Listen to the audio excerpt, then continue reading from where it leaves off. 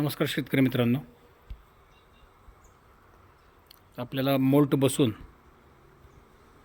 साधारण 1.25 दिवसाच्या वर झालेलं आहेत. म्हणजे साधारण 24 आणि 30 तास झालेले आहेत. आणि आता हा मोल्ट उठतो आहे.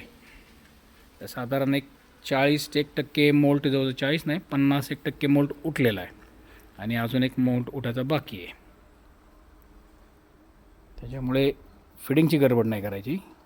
आता नवीन लोकांना मोल्ट पास झाला आहे हे कसं ओळखायचं अळीचा, तर मोल्ट पास होतो म्हणजे काय की अळी तिची कात, त्वचा, जुनी त्वचा ही काढून टाकते आणि खायला चालू करते. आता तुम्हाला मी दाखवतो की अळींनी आता बऱ्याच अळ्यांच्या मोल्ट पास झालेला. आता ही जी अळी दिसते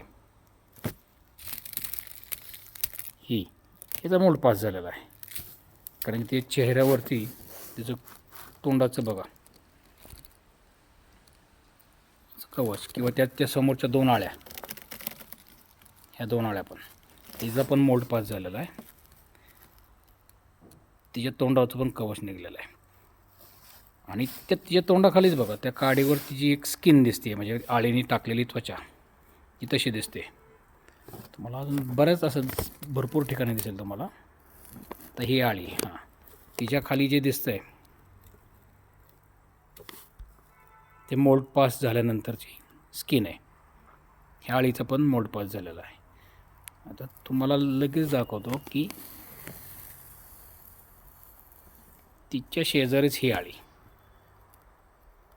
हिचा अजून मोल्ट पास झालेला नाही. तुम्ही बघू शकता तिच्या तोंडावर कसं बारीक तिचे अजून ते कवच राहिलेलं आहे. ती पास होणार आहे आणि सुंदर एक्झाम्पल. हो का, अळी कात टाकते. छान, नशीब आपल्याला कळलं नवीन माणसाला. एकदम भारी व्हिडिओ. ही अळी कात कशी टाकते. तुम्हाला म्हणलं की अळी मोल्टच्या पोझिशन गेल्यावर घट्ट बसून बसते. तिची कात ती चिटकवली पाय आणि आता तिने तिची स्किन सोडलेली. हे एक उत्तम उदाहरण मला म्हणजे देण्यासाठी असा एक व्हिडिओ छान सापडला आहे की मी म्हणजे मस्तच. म्हणजे नव्या लोकांना मोल्ट पास होणे हे काय याचं एक उत्तम उदाहरण आता आपल्यापुढे आहे की अळी तिची कातण टाकते आहे.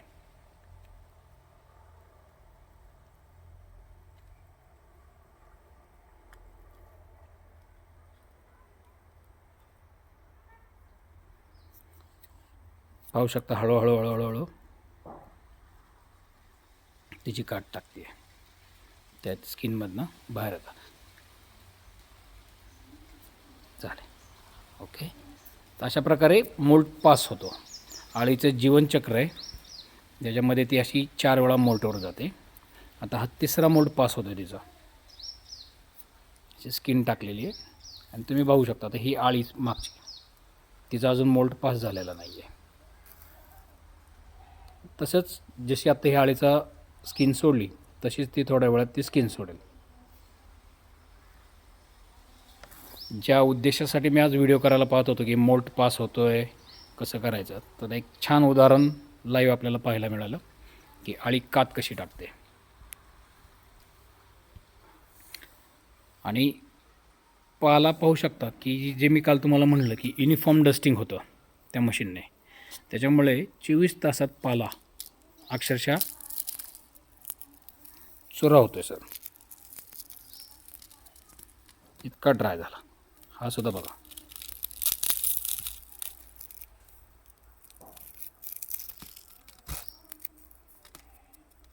त्या पाळा वाळवण्यासाठी जे आपण चुन्याचं डस्टिंग केलं आहे तर ते किती इफेक्टिव्हपणे झालं.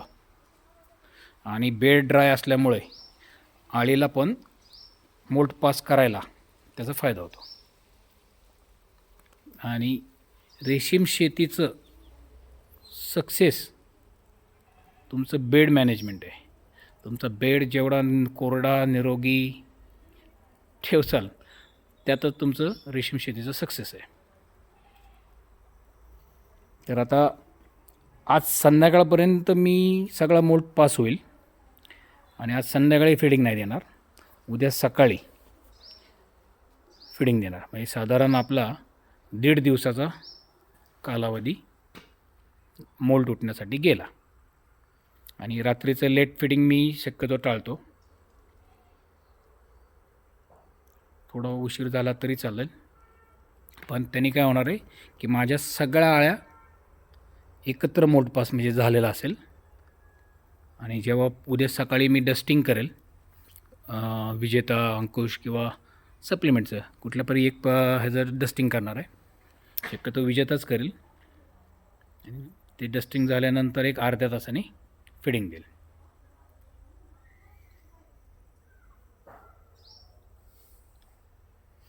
धन्यवाद.